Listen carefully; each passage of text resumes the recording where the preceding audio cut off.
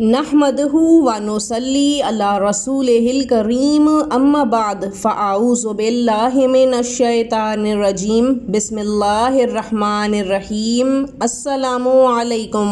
اللہ تعالیٰ نے 12 اسلامی مہینے بنائے اور ان سب کی اپنی اپنی فضیلت ہے۔ ساتھ ہی مسلمانوں کے لیے بھی بے شمار مواقع ہیں کہ وہ عبادات کر کے اللہ تعالیٰ کو راضی کر لیں اور جنت میں اپنا ٹھکانہ کر لیں۔ لیکن آج بھی بہت سے لوگوں کو مہینوں اور دنوں کی فضیلت اور اہمیت کے بارے میں نہیں پتہ۔ سب سے زیادہ عبادات کا ثواب روزے اور نفلی عبادات کا مرکز رمضان المبارک کو سمجھا جاتا ہے، جو کہ ہے بھی۔ لیکن اس کے آگے اگر کسی سے یہ سوال کیا جائے کہ اب وہ کون سے روزے ہیں جو نفل میں آتے ہیں لیکن اللہ تعالیٰ کو سب سے زیادہ محبوب ہیں، تو بہت سے لوگوں کا جواب شعبان کے روزے ہوگا، کیونکہ حضور اکرم صلی اللہ علیہ وآلہ وسلم کا کثرت کے ساتھ اس مہینے میں روزے رکھنا ثابت ہے۔ اور کچھ لوگوں کا جواب شوال کا مہینہ ہوگا، کیونکہ شوال کے 6 روزے رکھنے پر پورے سال کے روزے رکھنے کے برابر ثواب عطا کیا جاتا ہے۔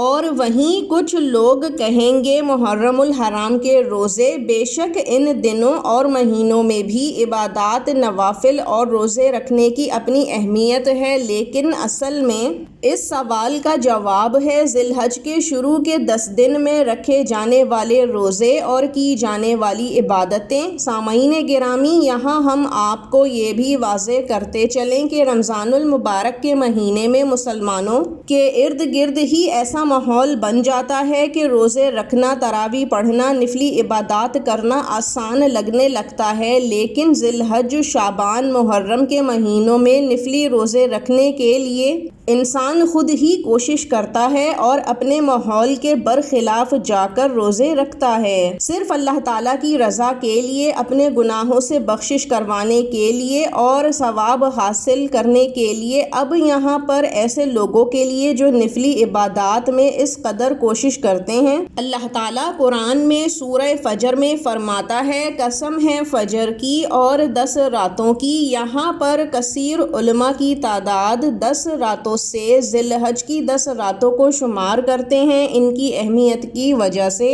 اللہ تعالیٰ نے قسم کھائی ہے اور کیا خوب ترتیب سے قسمیں آئی ہیں کہ سب سے پہلے اللہ تعالیٰ نے فجر کی قسم کھائی ہے۔ یہاں پر بھی علماء کرام کی متفق رائے یہی ہے کہ اللہ تعالیٰ نے یوم عرفات کی فجر کی قسم کھائی ہے۔ اس کے بعد سال کے بہترین دنوں اور راتوں کی قسم کھائی ہے، اور اس کے بعد ان میں سے بھی بہترین دن جو کہ 9 اور 10 تاریخیں ہوتی ہیں عرفات اور عید کی، ان کی قسم کھائی ہے۔ اس کے بعد اللہ تعالیٰ نے رات کے تیسرے پہر کی، جو کہ پورے دن میں افضل ترین وقت ہوتا ہے، اس کی قسم کھائی ہے، اور پھر فرمایا کہ یہ قسم صاحب علم اور فضل کے لیے بہت بڑی اور اہم قسمیں ہیں۔ اب یہ تو اللہ تعالیٰ نے قرآن میں فرمایا ہے، جبکہ احادیث مبارکہ میں کیا آیا ہے تو عبداللہ ابن عباس رضی اللہ تعالیٰ عنہ فرماتے ہیں کہ حضور اکرم صلی اللہ علیہ وآلہ وسلم نے فرمایا، ایسے کوئی دن نہیں ہیں ان 10 دنوں کے سوا جن میں اللہ تعالیٰ کو نیک اعمال سب سے زیادہ محبوب ہوں۔ اب ان 10 دنوں کی اہمیت اس قدر کیوں ہے؟ تو وہ اس لیے کہ یوم عرفات کے دن اللہ تعالیٰ نے اسلام کو مکمل کیا،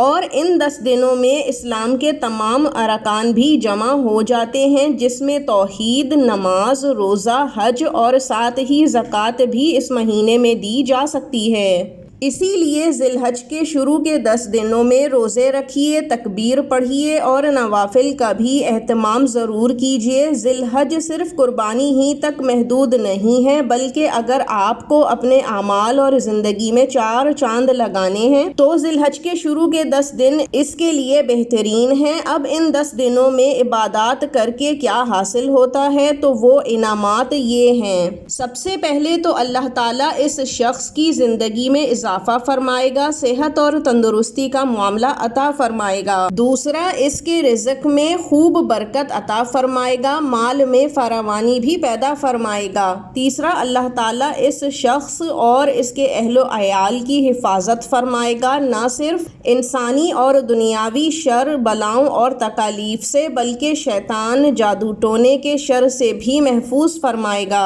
چوتھا، اللہ تعالیٰ اس کے گناہوں کی مغفرت فرمائے گا۔ پانچواں، اللہ تعالیٰ اس کے نیک اعمال میں اضافہ فرمائے گا۔ چھٹا، نزع کی کیفیت میں یعنی وہ حالت جس میں انسان کی روح نکل رہی ہوتی ہے آسانی ہوگی، جیسے پھول سے خوشبو مہکتی رہتی ہے اسی طرح سے آسانی کے ساتھ جسم سے روح بھی پرواز کر جائے گی۔ ساتواں، اللہ تعالیٰ اس کے دل میں دنیا کی محبت ختم اور دین اور اللہ کی محبت بے شمار پیدا فرما دے گا۔ اور آٹھواں کہ نیکیوں کا پلڑا بھاری ہوگا اور جہنم کی آگ سے نجات ملے گی۔ بے شک اللہ تعالیٰ قادر مطلق اور بے نیاز ہے۔ اللہ تعالیٰ سب کو ذی الحج کے 10 دنوں سے فیضیاب ہونے کی توفیق عطا فرمائے، آمین۔ اب ہمیں اجازت دیجیے، وآخر الدعوانا ان الحمد للہ رب العالمین۔ اللہ حافظ۔